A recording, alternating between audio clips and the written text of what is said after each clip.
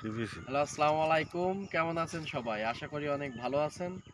আমিও ভালো আছি। আপনাদের মাঝে নতুন আরেকটি ভিডিও নিয়ে হাজির হলাম।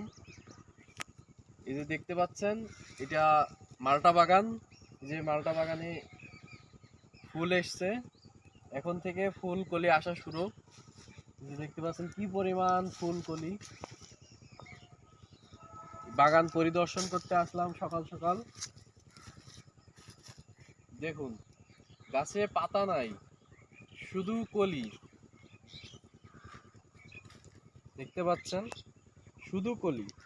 এই যে এগুলা ফুলের কলকি।